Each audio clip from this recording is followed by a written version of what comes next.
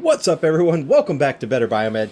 Folks, I have a piece of tech here that I was going to open up and show you guys before it goes to the garbage dispenser because it is now just a pile of parts.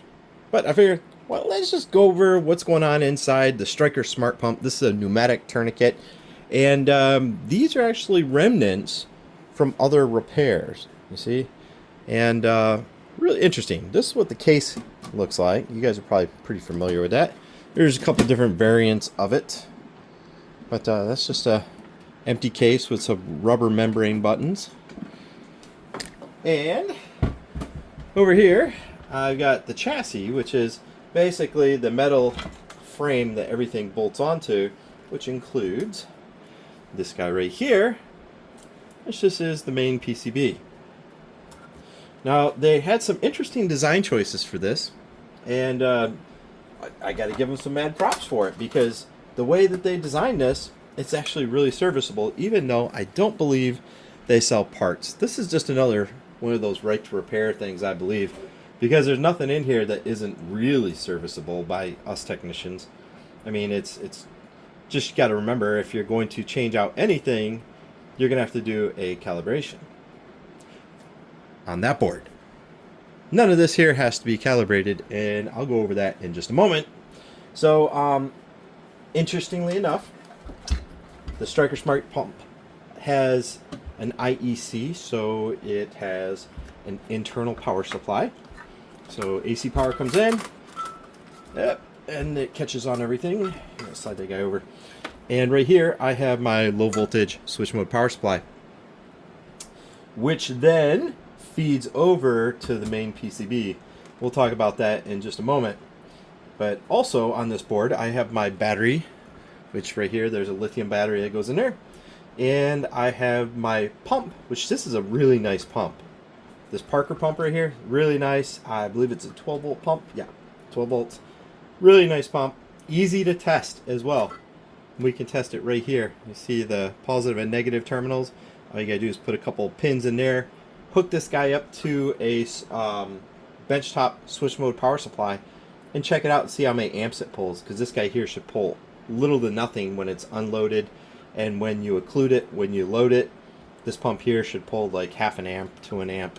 Not very much power at all, and it's all accessible through this one multi-pin connector. The connector also controls all your solenoids right here. So you're going to have fast and slow bleed off solenoids. Fast so that it can release to atmospheric, and slow bleed offs are going to have probably a smaller aperture, and those ones are going to be between the airbags here and the patient circuit, which is here. Now here at the bottom of the solenoids is your manifold, and notice how we have some pressure lines. Pretty cool. We got two pressure lines monitoring your channel 1 and channel 2 for your patient. And then you have two of them here that are monitoring your bags, which act as your internal reservoir. See? So these two here, they feel like they're Kevlar, and they're heat sealed all around the perimeter. These bags here can probably handle a heck of a lot of pressure. And I believe that this guy here is going to get up to 750 to 800 millimeters of mercury. So that's quite a bit of pressure as it is. And what it uses these bags for is it will pump these bags up to a certain pressure, and then the manifold and the solenoids will bleed pressure from those bags into the patient circuit to maintain a very constant pressure. Pumps, when they kick on and off, they can cause a pressure surge. And pumps don't like to work under pressure. They like to start up when there's no pressure, so it's completely unloaded. So these two of these might be unloading valves, which means there's no pressure on this pump and on the piston or diaphragms whatsoever. And then it will close these valves when that pump gets going. It's going to happen really quickly. And once this guy gets up to RPM, that's when it'll close and it'll start to pressure the internal reservoirs, which you can find right here on the back. And they have quick disconnects. Again, this is a very serviceable item. I really dig all the attention to detail that they put into this, which makes it very easy to service. Right here we've got some plastic snaps that are actually holding the bags in. I've never seen the bags go bad or even pop a hole, but I suppose it possibly could happen. Now, your major concerns are going to be on your solenoids right here and your pump, because it's a moving part. These are moving parts. These hoses right here, you can see that there might be a little bit of dry rotting on them, and that is entirely possible. But most of your problems with this guy are going to either be right here at your solenoids or on your main PCB. So that's pretty much it on the chassis. The PCB screws onto the front of this. So now we can place that guy off to the side. And let's talk about the main PCB, which also houses your screen.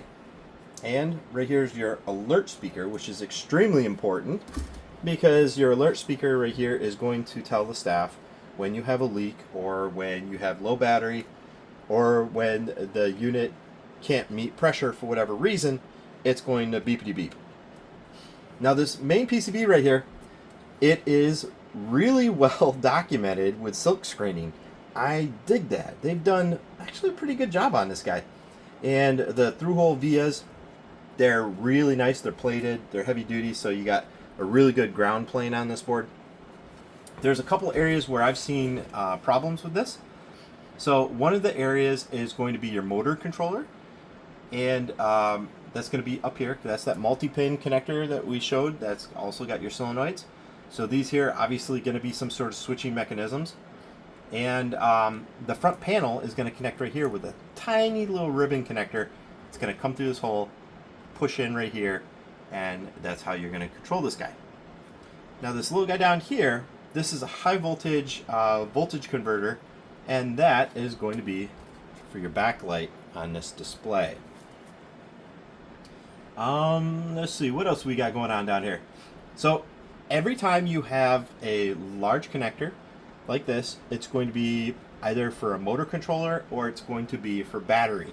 And that's because the ports themselves are going to be rated for a certain amount of current. In this case, it's going to be for your battery. And you do have fusing almost always on PCBs.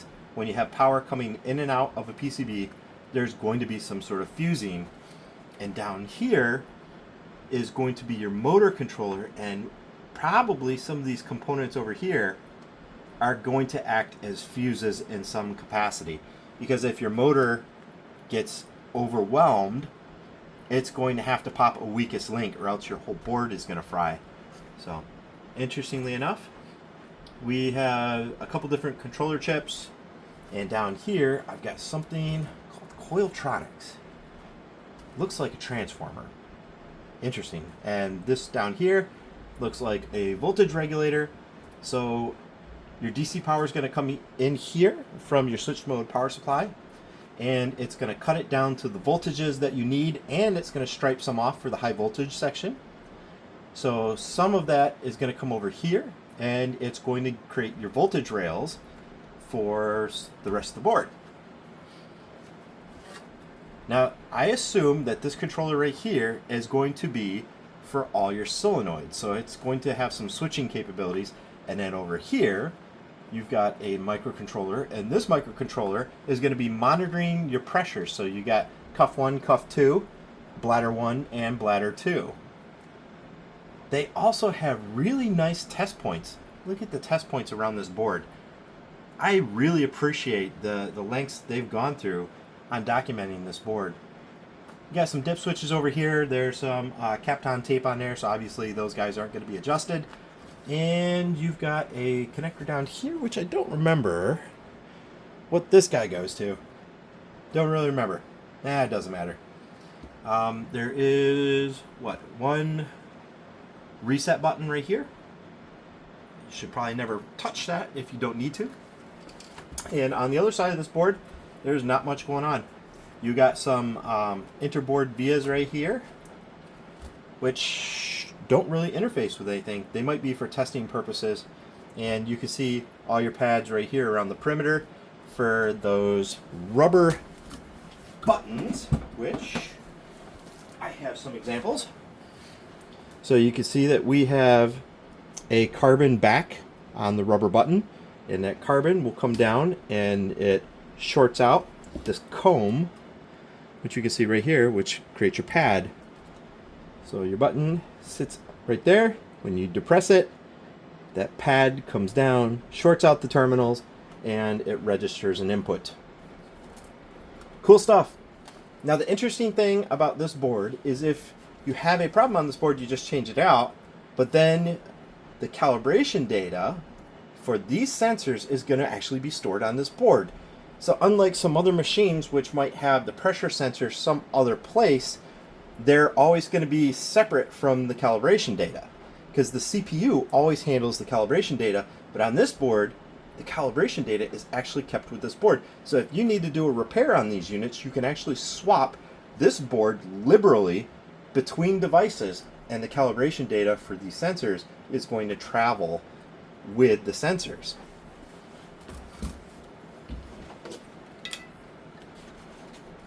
These are all remnants of existing repairs.